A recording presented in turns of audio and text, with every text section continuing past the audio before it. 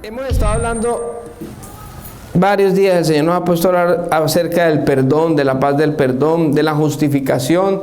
Somos justificados porque Dios envió a su Hijo Jesucristo a morir por nuestros pecados, que nosotros, así como hemos sido perdonados, nosotros debemos perdonar a los que nos han ofendido, que no es fácil.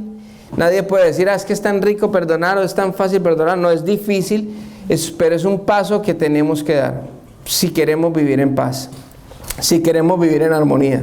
Porque una persona que no perdona es una persona que tiene una raíz de amargura en su corazón y que va a hacer daño a todas las personas que están alrededor. Por decir algo, si a mí, cuando yo tenía 8 años, abusaron de mí y yo no sano esa herida, ¿qué va a pasar? Que mi esposa y mis hijas, que no tienen nada que ver de hace 42 años atrás, están pagando las consecuencias de algo que ya no han hecho, por no tener el valor de perdonar a esa persona. Ya con el pasado no podemos hacer nada. El pasado es un cheque cancelado. Por más que usted quiera llorar, quiera gritar, quiera hacer lo que quiera, usted no puede hacer absolutamente nada por el pasado. Lo otro también que hemos visto es que todos somos pecadores. Aquí no hay uno solo que no sea pecador, ¿sí? Y como todos somos pecadores, nosotros no podemos juzgar a nadie por el pecado, porque no hay pecado pequeño ni grande.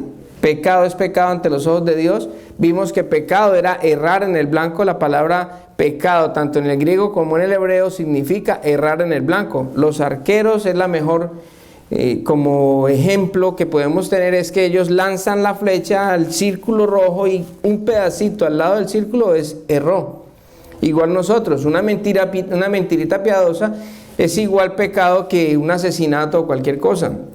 Por eso todos necesitamos de la gracia de Dios, y es precisamente lo que vamos a hablar hoy, de la gracia, para que entendamos bien lo que es la gracia de Dios. La gracia es ese favor inmerecido. Vamos primero a leer Efesios 2, del 1 al 3. Los que tengan Biblia, si no, vamos a verlo acá. Antes ustedes estaban muertos a causa de su desobediencia y sus muchos pecados. Vivían en pecado igual que el resto de la gente, obedeciendo al diablo, el líder de los poderes del mundo invisible, quien en el espíritu que actúa en el corazón de los que se niegan a obedecer a Dios.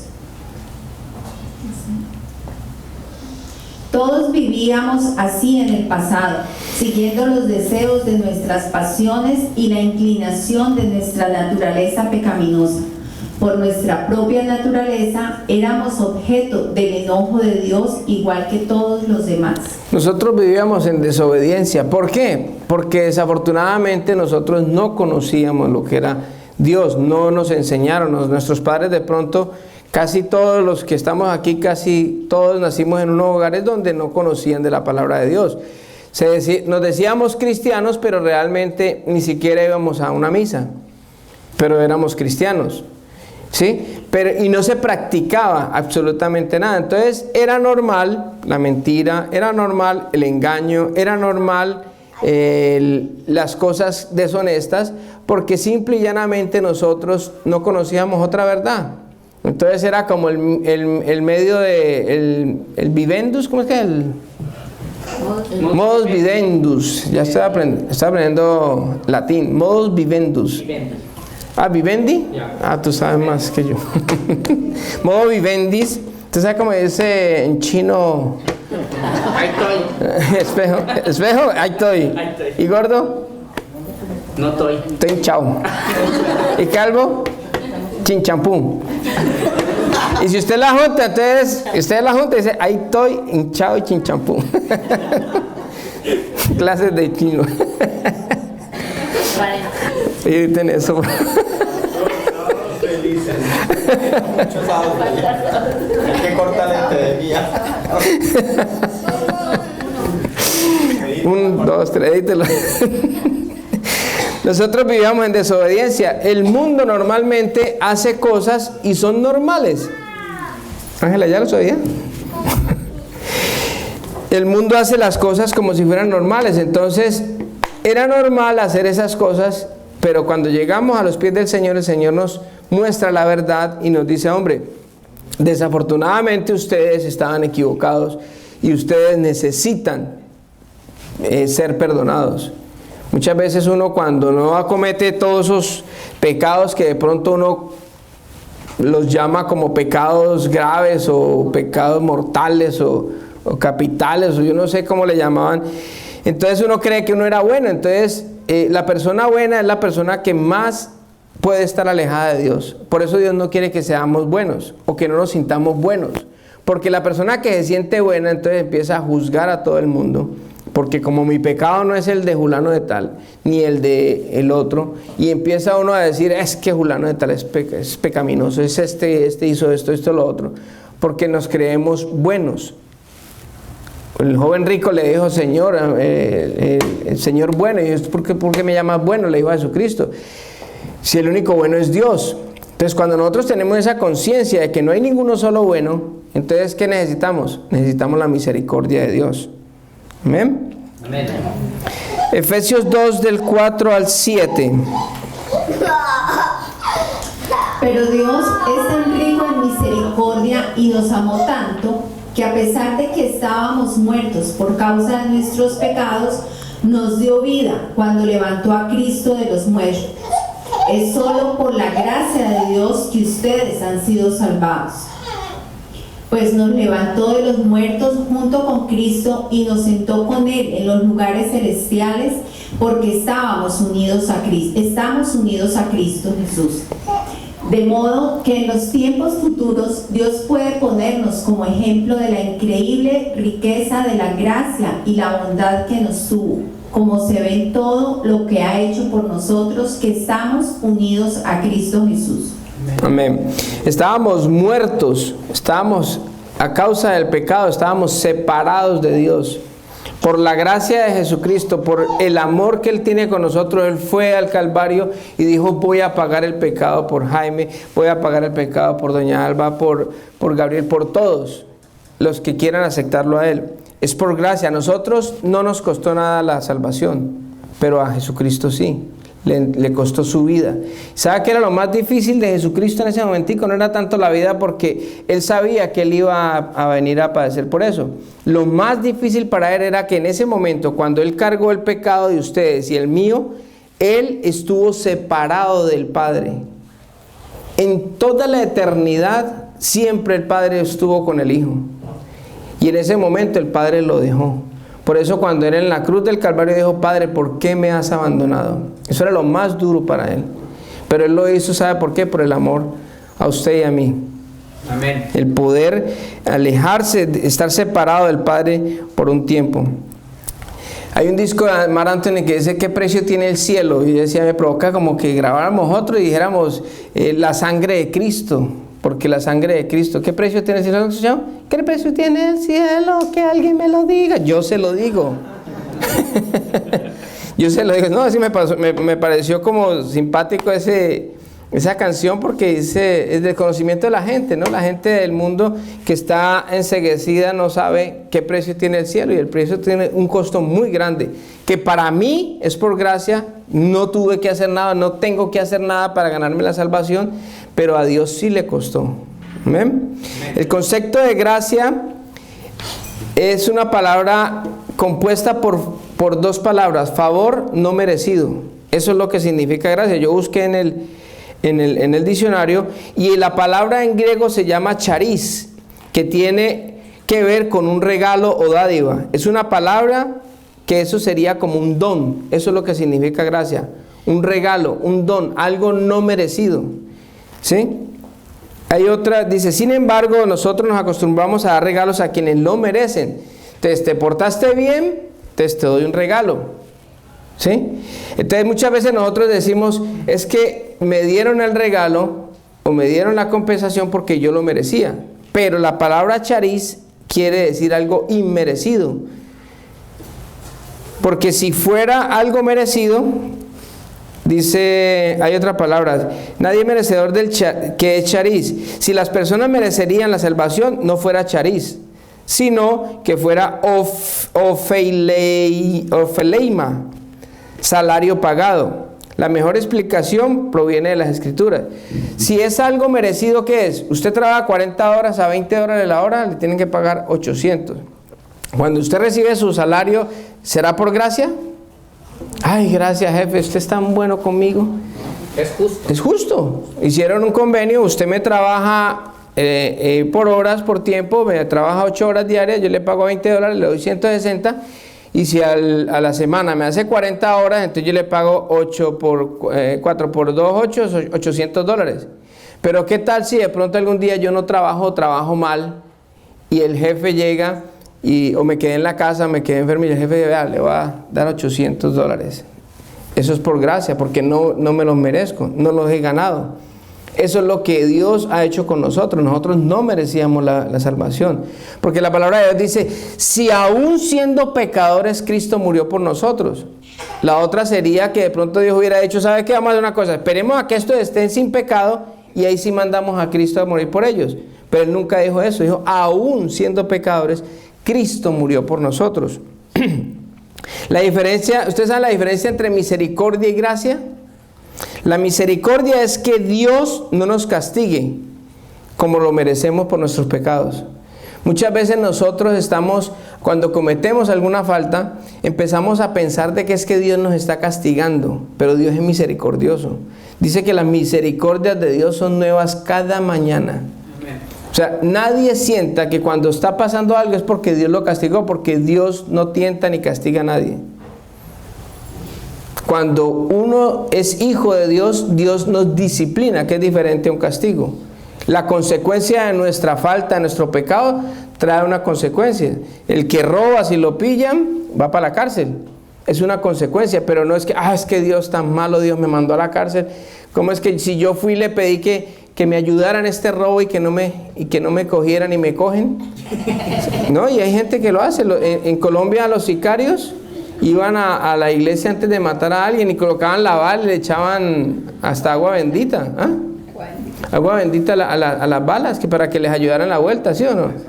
Y la rezaban y todo. Le hacían la cruz. Y le hacían la cruz. Uy, algún día da el testimonio. Mentira, no. Edítelo.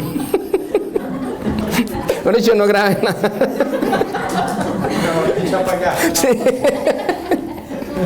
Esa es misericordia. Misericordia es que no nos haga pagar lo que nosotros, que nos libere del juicio de lo que merecíamos. Y la gracia es una bondad que se extiende a lo que no lo merecemos. ¿Sí entendieron la diferencia entre misericordia y gracia? Es no te va a castigar por misericordia. Ahora, por gracia, fuera de que la embarraste, es que no hiciste lo debido, te voy a dar esto. Entonces, por gracia somos salvos. Nosotros podemos hacer lo que fuera, lo que quisiéramos hacer para ganar la salvación y no vamos a hacer absolutamente nada, porque la salvación solo se gana por la gracia de Dios. Por eso colocamos la canción, es por tu gracia. Y si hay algo bueno en mí, es por la gracia de Dios, porque están viendo un destello de luz de lo que Dios ha hecho en mí. Y eso es lo que yo reflejo.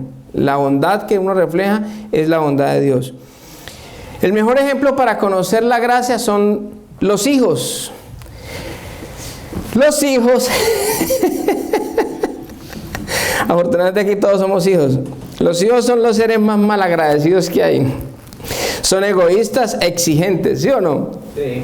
Amén, digo yo, ¿no? Entre otras cosas, un niño es pequeñito, ¿para qué sirve? ¿Para qué sirve Juan David? Juan David no... Para que tome leche. Para que tome leche. Se le despierta a las 12 de la noche o 1 de la mañana y él no dice, ay, mi mamá está durmiendo, voy a esperar hasta mañana para que me cambie, para que... No, el hombre prende motores y no le interesa. Y en últimas, él tiene una necesidad, él no está pensando en sus papás. Pero ¿qué pasa? Su mamá o su papá se levantan con mucho amor, por gracia. No se lo merece, ese muchacho ni siquiera ha trabajado, no aporta, yo creo que no ha aportado $1 en la casa todavía, pero el padre le da todo, le compra la mejor ropa, deja de comprar cosas para él, para dárselo a él. ¿Sí? Ese es el amor de un padre. Pero los hijos, por lo regular, son malagradecidos. Uno con los hijos trata de darles todo lo mejor, pero aún así están bravos. Y les dice uno algo, no, y no, y esto. Venga, mi amor, que venga, y sale uno detrás de ellos corriendo a toda hora. Y uno rogándole muchas veces, deme un besito. No, nada. Mío, y es muy egoísta, y hace pataletas, y se enoja con uno, y a pesar de que uno le está dando todas las cosas, él no entiende y son malagradecidos. Los niños y aún los que ya han crecido muchas veces son malcriados y muchas veces uno está tratando de ayudarles y ellos se enojan con uno porque uno les está ayudando. Pero es la naturaleza porque son hijos, tienen el sentido de pertenencia y saben que su padre los ama. Pero muchas veces, así como los hijos, ¿cuántas veces no soy yo con Dios así? ¿Cuántas veces no nosotros hacemos con Dios lo mismo? Hacemos pataleta, nos enojamos con Él, ahora no hago esto, o ahora esto lo otro, ¿cómo? Desobedecemos y hacemos esto y no sé qué, y ahora ya no lo quiero y que no sé qué. ¿Ah? No voy a volver a la iglesia, ahora no vuelvo a llamar al pastor, ese pastor con rabia. Allá me dijeron esto, no me miraron, no me dijeron tal otra cosa, que no sé qué. Y así somos con Dios y creemos que vamos a castigar a Dios. Y entre otras cosas yo pienso que es hasta bien, porque no bien, sino que está bien fundamentado el sentido de hijo, de pertenencia. Un hijo hace eso porque está seguro del amor del padre. ¿Me hago entender? Cuando yo estoy de pronto a veces en esa situación, no está bien que lo haga uno, pero tengo bien el sentido de pertenencia como hijo de Dios. Mis hijas llegan a la nevera y no tienen que preguntar, papá, ¿será que me puedo comer esto? No, ellos van sacando porque tienen sentido de pertenencia. ¿Se lo merecen? Pues... ¡Córtale!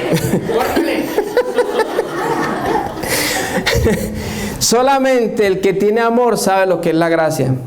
Y mire, yo les voy a hablar de estos versículos, yo quiero que lo aprendan en la cabeza, que los guarden en su corazón y si es posible lo voy a decir todos los domingos y es mi versículo preferido. ¿Cuál es?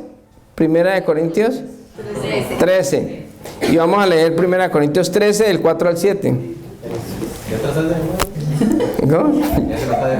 Amén. El amor es paciente, es bondadoso. El amor no es envidioso, ni jactancioso, ni orgulloso. No se comporta con rudeza, no es egoísta, no se enoja fácilmente, no guarda rencor. El amor no se deleita en la maldad, sino que se regocija con la verdad. Todo lo disculpa, todo lo cree, todo lo espera, todo lo soporta. Amén. Todo lo disculpa, todo lo cree, todo lo soporta. Ese es el verdadero amor. Ese es el verdadero amor. Ese es el amor que tiene Dios con nosotros. ¿Cuántas veces Dios no nos ha soportado, no nos ha disculpado? ¿Cuántas veces el Señor no nos da las cosas? Inclusive muchas veces hasta nos da vergüenza con Dios porque nosotros no hacemos las cosas y nos llegan bendiciones. ¿Por qué? Por su amor y por su gracia. ¿Cuántas veces el Señor no hace eso? Entonces, ¿qué es lo que quiere Dios? Que esa misma gracia y ese mismo amor nosotros podamos también tenerlo hacia otras personas. Solo el amor de Dios puede soportar las cosas que nos pasan. Solo Dios nos soporta a nosotros porque Él es amor. Esa es la gracia. Para nosotros poder tener gracia y darla a otras personas, tenemos que estar llenos de ese amor. Para nosotros poder tener un buen matrimonio, tenemos que estar llenos de pedirle al Señor, dame ese amor, Señor, para poder amar a esta mujer tan linda, que a veces me provoca darle besitos. ¿Sí? Ese es el amor que nosotros necesitamos. Dios, dame de ese amor. Señor, dame de tu amor para poder amar a mi hermano, a mi vecino, a mi enemigo, a la persona que me ha hecho mal, porque no es fácil y no está en nosotros poder amar a una persona que nos ha hecho daño. Efesios 2, del 8 al 10. Dios los salvó por su gracia cuando creyeron. Ustedes no tienen ningún mérito en eso, es un regalo de Dios. La salvación no es un premio por las cosas buenas que hayamos hecho, así que ninguno de nosotros puede jactarse de ser salvo, pues somos la obra maestra de Dios. Él nos creó de nuevo en Cristo Jesús a fin de que hagamos las cosas buenas que preparó para nosotros tiempo atrás. Mire, Dios proveyó el sacrificio y Él puso la sentencia y también dio el pago. O sea, dice, el alma que pecare morirá, pero voy a enviar a mi hijo para que muera y pague por esa sentencia. Amén. Amén. Dios no acepta nada de lo que nosotros hacemos. Muchas veces nosotros queremos hacer cosas para agradar a Dios, para ganarnos como el amor y el beneficio de Dios. ¿Me hago entender? O sea, como que dejamos a un lado el sacrificio de Cristo y yo quiero ganarme las cosas por mis méritos. Por ejemplo, los judíos en la época se ganaban o trataban de ganarse la salvación era por la obediencia de la ley. Y nadie podía ganarse la ley porque la ley era, si usted una coma se comía en la ley, con eso ya tenía para que fallaran todas las cosas, fallaba en el blanco.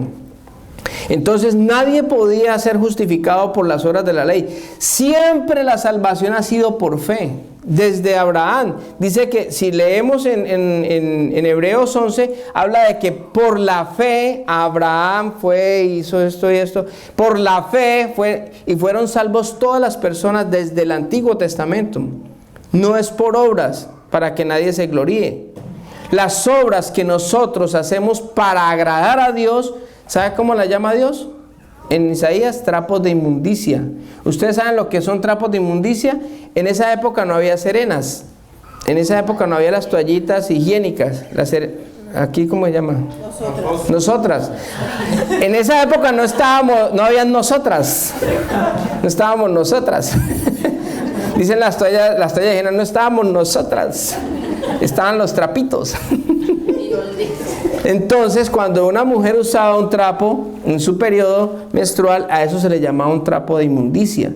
Para Dios, esa frase, esa obra que yo hago para ganarme algo, para Él es como trapo de inmundicia. Es algo que no vale. Eso, algo que no vale. Es algo es inmundo. O sea, que nosotros vamos a perder tiempo tratando de agradar a Dios con algo que no sea el sacrificio de Cristo. ¿Me hago entender? O sea, la salvación es por Cristo, that's it, no más. Ya después de que tú aceptas a Jesucristo, ya eres salvo. No te preocupes por, ay, ¿ahora qué hago? Ay, pequé, y entonces ahora no. Si pecaste, te pides perdón a Dios y le dices, perdóname, Señor, ayúdame. No es que pierda la salvación en ese momento, porque la palabra de Dios dice que nosotros somos pecadores por naturaleza y vamos a pecar hasta lo último. Pero tenemos un Salvador que murió por nosotros una sola vez y para siempre. Y Él perdona nuestros pecados pasados, presentes y futuros. ¿Sí? Pero vamos a pecar. A medida que vamos creciendo y que el Espíritu Santo esté en nosotros y que el Espíritu Santo empiece a hacer su obra, empieza a redarguirnos o empieza a hacernos sentir de pronto mal cuando cometemos un error y nosotros empezamos a cambiar y el Espíritu Santo es el que empieza a llevarnos por otro camino hasta que empezamos a ir caminando en la perfección que Dios quiere que andemos. Vamos a llegar al carácter, a la estatura ¿de quién? Del varón perfecto. ¿Y el varón perfecto quién es? Jesucristo. Cuando nosotros hacemos obras y Dios no las tiene en cuenta, está la historia cuando Abraham y Sara, el Señor les dio la promesa y les dijo que ellos iban a tener un hijo. Y entonces, pero pasaron muchos años. No fue una espera de 6 meses. A veces nosotros decimos, es que el Señor está demorando tanto, es que el Señor no llega, es que estoy pidiéndole esto al Señor. ¿Y cuánto lleva esperando? No, pues llevo 3 días. Abraham y Sara llevaban 25 años. 25 años se demoró la promesa del hijo. Y cuando Sara recibió la promesa tenía 70 años o 65 años. Imagínense, ella a los 90 años, ¿quién va a creer que una mujer va a quedar embarazada? No, y lo más difícil, ¿quién va a creer que Abraham va a querer algo con una de 90? Que va a tener fuerzas para... imagínense. Pero ellos, ¿qué hicieron? Dijo Sara, se le brilló, se le prendió el bombillito y dijo Sara, ¿sabe qué? La promesa de pronto fue para usted. Entonces hagamos una cosa, como tenemos una esclava que llama Agar, esa está joven, está bonita, de pronto usted con ella sí puede. ¿Sí? Entonces, ¿por qué no hace el favor y se acuesta con ella y el producto del hijo de ella va a ser como si fuera mi hijo y de pronto ahí está la promesa? Entonces ellos quisieron darle una ayudita a Dios. Entonces él dijo, Abraham, ¿sabe cómo dijo? Bueno, ya que insiste, mire que voy porque usted me dijo. Después no me va a caer en cara. Y Abraham fue y tuvieron a Ismael, ¿sí? Pero mire que el Señor, cuando nosotros le damos la ayudita, Él no tiene en cuenta eso. Porque en Génesis 22 hay una parte del 1 al 2 que nos habla de eso. Tiempo después, Dios probó la fe de Abraham. Abraham, lo llamó Dios. Sí, respondió él, aquí estoy. Toma a tu hijo, tu único hijo, sí, a Isaac, a quien tanto amas, y vete a la tierra de Moriah. Allí lo sacrificarás como ofrenda quemada sobre uno de los montes, uno que yo te mostraré. Amén. ¿Será que Dios no sabía que él tenía Ismael? Sí, claro. ¿Sabes lo que quería preguntar? ¿Era no es Ismael? Por eso, el primer hijo fue Ismael, el que él hizo con la esclava. Pero después Dios le dio el hijo de la promesa, que era Isaac. Sí, después de que él tuvo a Ismael, como a los 8, 7 años, no me acuerdo cuántos años tenía Ismael cuando nació Isaac, que fue hijo de Sara con Abraham, tal cual como se lo había dicho Dios. Ismael fue la ayudita, es que le vamos a ayudar a Dios, es que Dios necesita una ayudita, entonces por eso vamos a ir y vamos a empeñar esto, vamos a tomar este part-time, porque es que como a Dios le quedó grande, es que mi responsabilidad y mis pagos son tantos, entonces voy a hacer este part-time y voy a trabajar 23 horas al día para poder ayudarle a Dios, porque es que Dios necesita ayuda, ¿no? Es que pobrecito, es que él está tan cargado allá en el cielo. Entonces eso fue lo que hicieron ellos. Pero cuando ya le dice él, prueba la fe de Abraham, ¿qué dice? Tráeme a Isaac, a tu único hijo.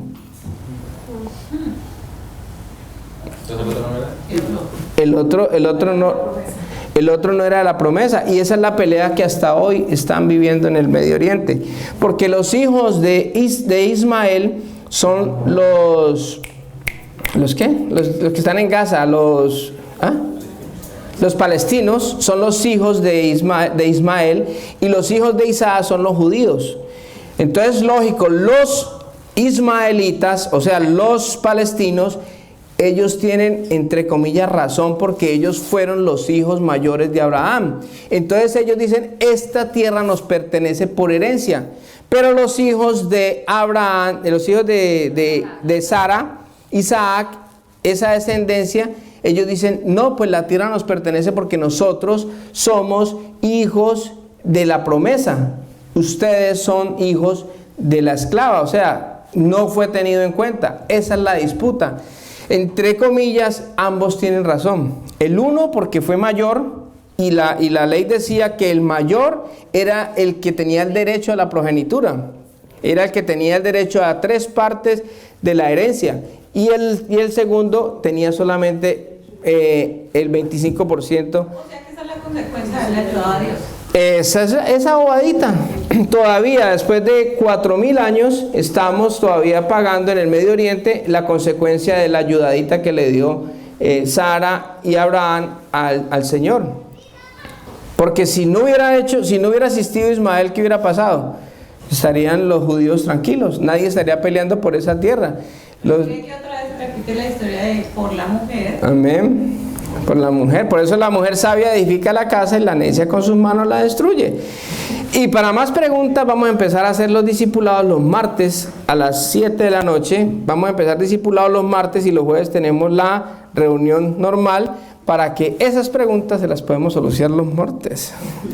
No se pierda el próximo capítulo. Fuera Judas. Por eso el apóstol Pablo en Gálatas 4 explica exactamente eso. Mire cómo lo explica el apóstol Pablo. Gálatas 4 del 21 al 26. Díganme ustedes, los que quieren vivir bajo la ley, ¿saben lo que en realidad dice la ley? Las escrituras dicen que Abraham tuvo 2 hijos, uno de la mujer esclava y otro de su esposa, a quien había nacido libre. El nacimiento del hijo de la esclava fue el resultado de un intento humano por lograr que se cumpliera la promesa de Dios. Amén. ¿Sí ve? ¿Qué es lo que dice? Vuelve a repetir ese, por favor. El nacimiento del hijo de la esclava fue el resultado de un intento humano por lograr que se cumpliera la promesa de Dios. Pero el nacimiento del hijo de la libre fue la manera en que Dios cumplió su promesa. Cuando Dios le dice a usted, va a hacer algo, espérelo, que Dios lo cumple. Sigue. Esas dos mujeres son una ilustración de los dos pactos de Dios. La primera mujer, Agar, representa el monte Sinaí, donde el pueblo recibió la ley que los hizo esclavos. Y ahora Jerusalén es igual que el monte Sinaí en Arabia, porque la ciudad y sus hijos viven bajo la esclavitud de la ley. Pero la otra mujer, Sara, representa la Jerusalén celestial. Ella es la mujer libre y es nuestra madre. Amén. Nosotros venimos de la descendencia espiritual de la libre. Somos salvos por gracia de Sara. ¿Sí? Los ismaelitas están en esclavitud. ¿Por qué? Por la ley. Ellos piensan que si ellos cumplen la ley van a llegar al cielo. Cuando Jesucristo dijo que Él es el único camino, dice: yo soy el camino, la verdad y la vida. Nadie llega al Padre sino por ¿quién? Por mí, dijo Jesucristo. Por mí solamente. No hay ley, no hay obras de caridad, no hay nada que podamos hacer para llegar al cielo. Solamente a través de Jesucristo. Las obras que nosotros hacemos son las obras que son las ayudaditas, que en vez de hacer buenas cosas, hacemos malas cosas con eso, porque tratamos de pronto de hacer cosas a veces hasta deshonestas para poder ayudarle a Dios. Si Dios te dijo algo, si Dios te dijo a ti y te trajo a ti a esta tierra a poseerla, Dios lo va a cumplir. Así que no te preocupes, porque es la gracia de Dios, es Dios el que está haciendo. Ya dale una ayudadita, llegar allá al juez y decirle: venga juez, venga, ¿cuánto hay? Venga ahí, llega Camila y venga, con la cara que tiene Camila, venga ahí. Venga, ahí le unto la mano ahí. Esas ayudaditas lo que hacen es dañar el proceso que Dios va a hacer. Dios dijo: te va a dar esa tierra, cuenta con eso. Dios te la va a dar, porque Dios quiere lo mejor para sus hijos. Amén. Yo estoy orando mucho por ustedes y estoy confiado en que Dios tiene lo mejor. Ojalá lo mejor sea esto, ¿ok? Amén. Entonces, ¿qué pasa? Jesucristo es el camino y la verdad de la vida. Y la vida, nadie llega al Padre sino solamente por Él. El objetivo de la salvación también y de la gracia de Dios es que nosotros, como imagen y semejanza de Dios, empecemos a darle la gracia a las personas. Si yo por gracia recibí el perdón, ¿por qué? Como decía un pastor, ¿por qué? ¡Cuac, cuac!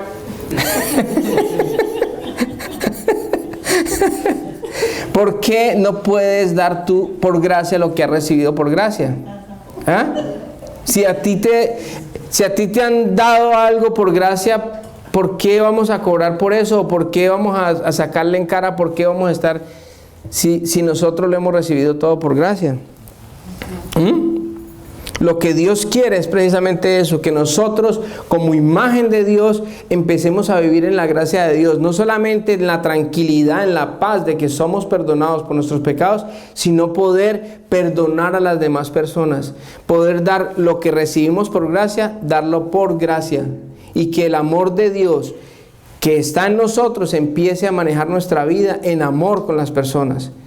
El objetivo de Dios es que primer mandamiento se resumió, todos los mandamientos, la ley de Dios, todo lo que está en la ley de Dios se resume en amar a Dios sobre todas las cosas y al prójimo como a ti mismo. Si nosotros cumplimos ese resumen, estamos cumpliendo la ley y los profetas, estamos haciendo todo lo que Dios quiere. No haga nada más, ame a Dios sobre todas las cosas y a su prójimo. ¿Y cuál es su prójimo? El primerito, su esposa, su esposo, su hermano, su hermana, su primo, su papá, su mamá, esa persona, el amigo, el enemigo, ese es el prójimo. Ese es el prójimo, el que nosotros... Hay una historia que nos cuenta... ¿Sí alcanzamos? ¿Están muy cansados o no? Pastor. Amén. Aquí se van ustedes. Así dice usted, ¿no? ¿Hasta qué horas tengo hoy? No, pues usted predique a la hora que quiera, nosotros vamos a las 2, ¿cierto? Primera Samuel 24, hay una historia que nos enseña de una persona que tuvo misericordia de otra. Después de que Saúl regresó de pelear contra los filisteos, se le informó que David se había ido al desierto de Engadi. Entonces Saúl escogió a 3,000 soldados selectos de todo Israel y fue en busca de David y de sus hombres cerca de los peñascos de las cabras salvajes. En el lugar donde el camino pasaba por algunos rediles, Saúl entró en una cueva para hacer sus necesidades. Pero resultó que David y sus hombres estaban escondidos más adentro de esa misma cueva. Ahora es tu oportunidad, los hombres le susurraron a David. Hoy el Señor te dice, te aseguro que pondré a tu enemigo en tu poder para que hagas con él lo que desees. Entonces David se le acercó sigilosamente y cortó un pedazo del borde del manto de Saúl. Pero comenzó a remorderle la conciencia por haber cortado el manto de Saúl y les dijo a sus hombres, que el Señor me libre de hacerle tal cosa a mi señor el rey. No debo atacar al ungido del Señor, porque el Señor mismo lo ha elegido. Entonces David contuvo a sus hombres y no les permitió que mataran a Saúl. Después de que Saúl saliera de la cueva para seguir su camino, David salió y le gritó, mi señor el rey. Cuando Saúl miró hacia atrás, David se inclinó hasta el suelo delante de él y le gritó a Saúl, ¿por qué le haces caso a la gente que dice que quiero hacerle daño? Este mismo día pude ver con sus propios ojos que no es verdad. Este mismo día puede ver con sus propios ojos que no es verdad, pues el Señor lo puso a mi merced allí en la cueva, y algunos de mis hombres me dijeron que lo matara, pero yo le perdoné la vida, pues dije, nunca le haré daño al rey, él es el ungido del Señor. Miré, Padre mío, lo que tengo en mi mano, es un pedazo del borde de su manto, yo lo corté, pero no lo maté. Esto prueba que no intento hacerle daño y que no he pecado contra usted, aun cuando usted me ha estado persiguiendo para matarme. Que el Señor juzgue entre nosotros, tal vez el Señor lo castigue por lo que intenta hacer, pero yo nunca le haré daño. Como dice el antiguo proverbio, de la gente malvada provienen las malas acciones, así que puede estar seguro de que nunca le haré daño. De todas formas, ¿a quién trata de atrapar el rey de Israel? Debería pasar tiempo persiguiendo a alguien que no vale más que un perro muerto o una sola pulga. Por lo tanto, que el Señor juzgue quién de nosotros tiene la razón y que castigue al culpable.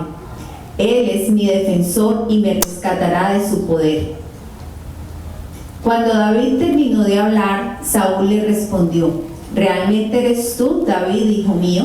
Enseguida comenzó a llorar y le dijo a David, eres mejor persona que yo, porque has devuelto bien por mal.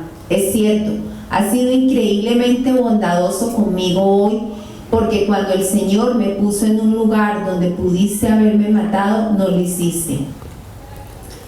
¿Quién otro dejaría ir a su enemigo cuando lo tiene en su poder? Que el Señor te recompense bien por la bondad que hoy me has demostrado. Ahora me doy cuenta de que ciertamente tú serás el rey y que el reino de Israel prosperará bajo tu gobierno.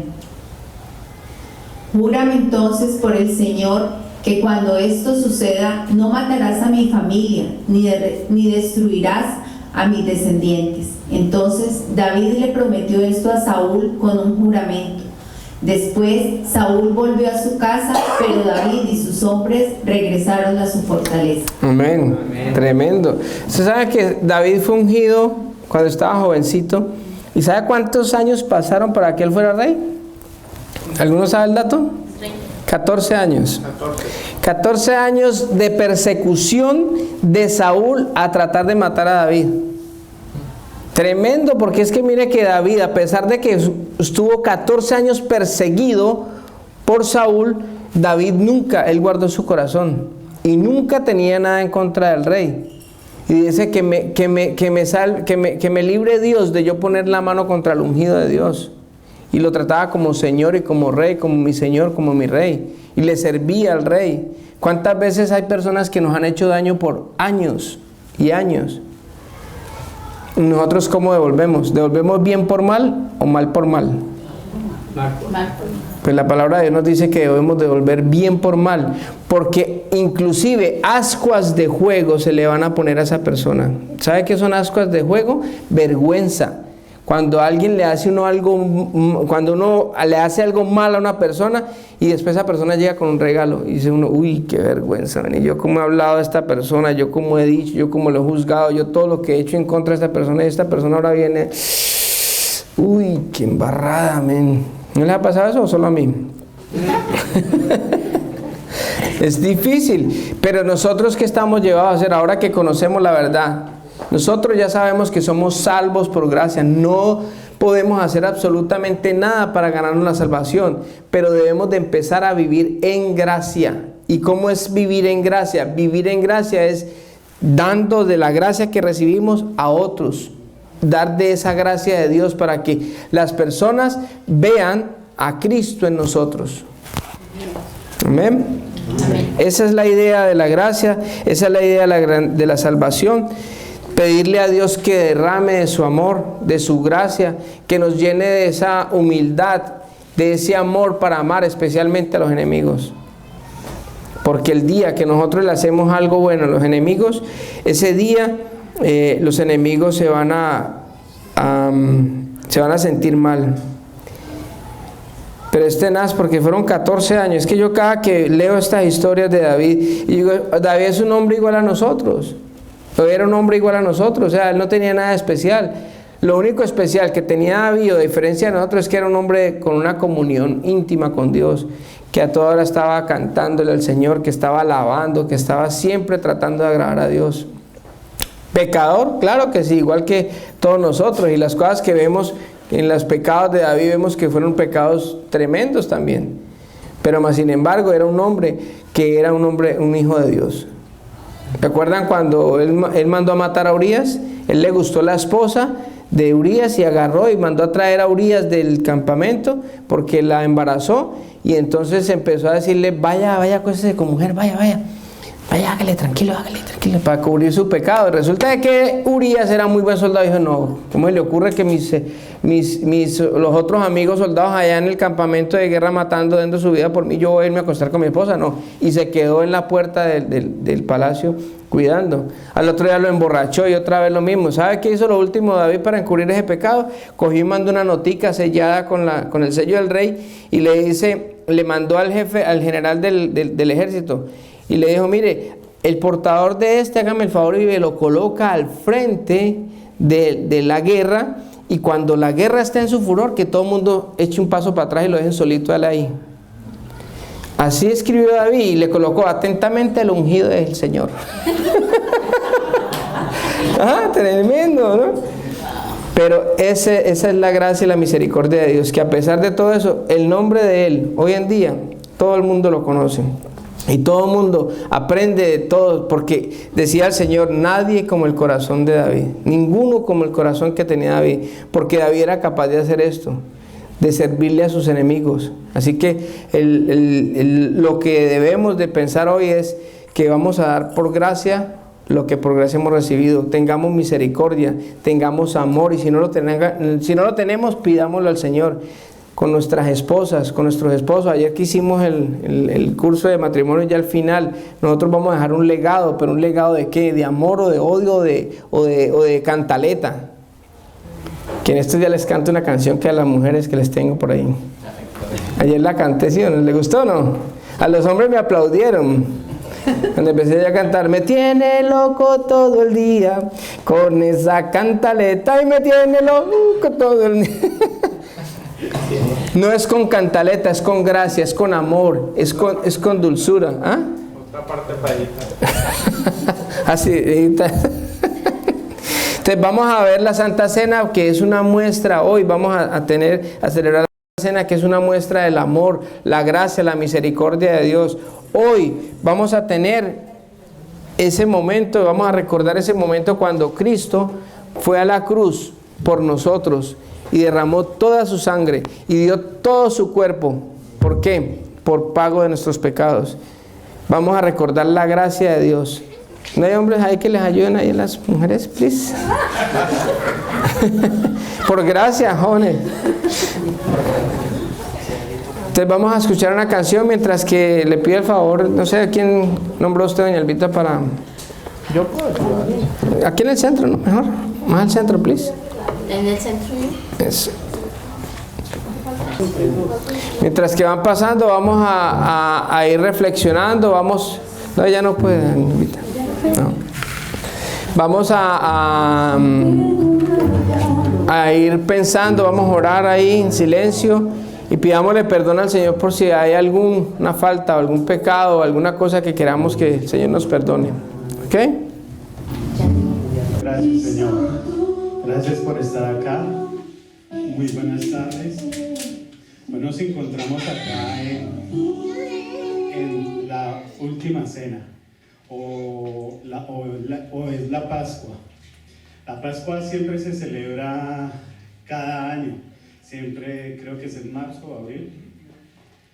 En la Roca de Betel la celebramos cada mes, pero Dios me puso una palabra esta mañana con mi esposa y yo creo que una Santa Cena se debe hacer cada semana, cuando estemos todos, los padres con los hijos, podemos hacer una cena, pedirle perdón, porque para eso Él derramó su sangre, para darnos ese perdón que todos merecemos, porque todos necesitamos y anhelamos más de Él.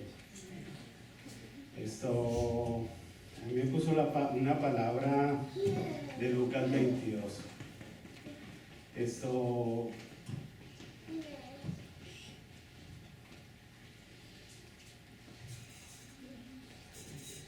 Estaba cerca la cena ya de Pascua cuando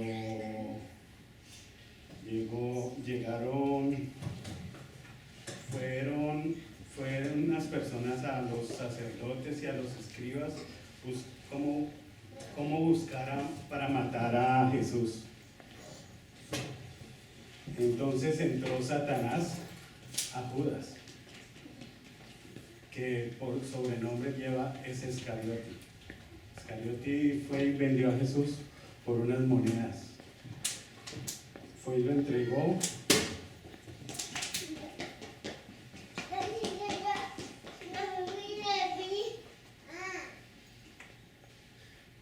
Entonces,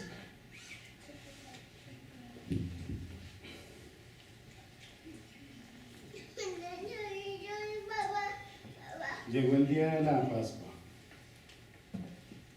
el cual es necesario sacrificar el cordero de la Pascua, y Jesús envió a Pedro y a Juan diciendo: y preparar la Pascua para que comamos.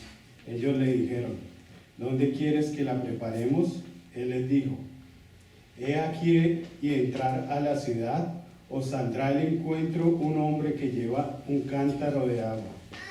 Seguidle hasta la casa donde entrare, y decid al padre de familia de esa casa: el maestro te dice, ¿dónde está el aposento donde he de comer la Pascua con mis discípulos? Entonces él mostrará un gran aposento alto ya dispuesto a preparar allí. Fueron pues allí y hallaron como les había dicho, y prepararon la Pascua. Cuando era la hora, se sentó a la mesa y con los apóstoles, y les dijo: ¿cuándo he deseado comer con vosotros esta Pascua antes de que padezca? Porque os digo que no lo comeré más hasta que cumpla el reino de Dios. Y habiendo tomado la copa, dio gracias y dijo: tomad esto, y repartió entre vosotros, porque os digo que no beberé más del fruto de vid hasta que el reino de Dios venga. Y tomó el pan y dio gracias, lo partió y lo dio a sus discípulos, diciendo: comed, que este es mi cuerpo.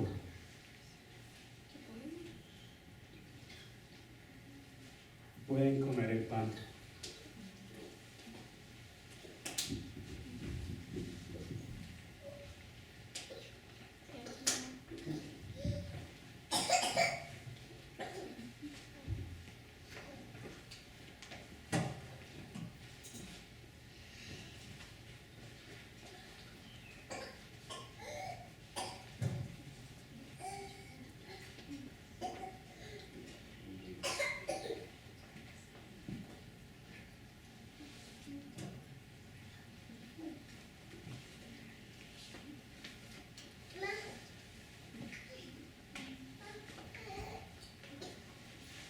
después de comer el pan, tomó su copa,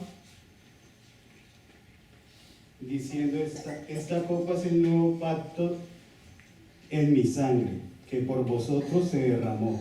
Mas he aquí la mano que entrega está conmigo en la mesa. Pueden tomar la copa.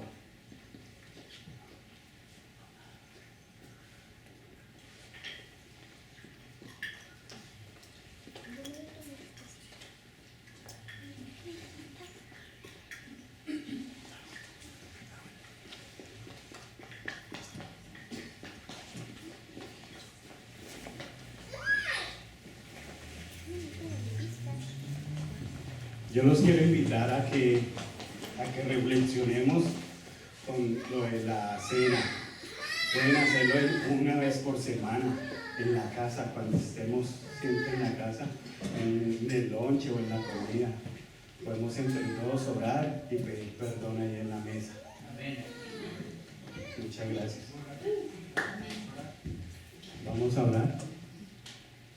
Gracias, papito lindo, por este día que nos estás regalando hoy, Señor. Te pido por estas personas que estamos acá presentes, Señor. Estamos recibiendo el Espíritu Santo acá, Señor. Te pido que los bendiga, Señor, que cada uno regrese a su casa sano y salvo, Señor. Te pido por todas las personas que estén con dolor, cualquier malestar, Señor, que desde ese pase tu mano de sanadora, Señor. Y te pido también por los niños, Señor, que sigan creciendo espiritualmente, Señor. Te pido también por Israel, Señor, que la sigas bendiciendo y sigas protegiendo la tierra tuya y la tierra santa, Señor. En el nombre de tu Hijo amado, amén y amén. Vamos a... Vengan.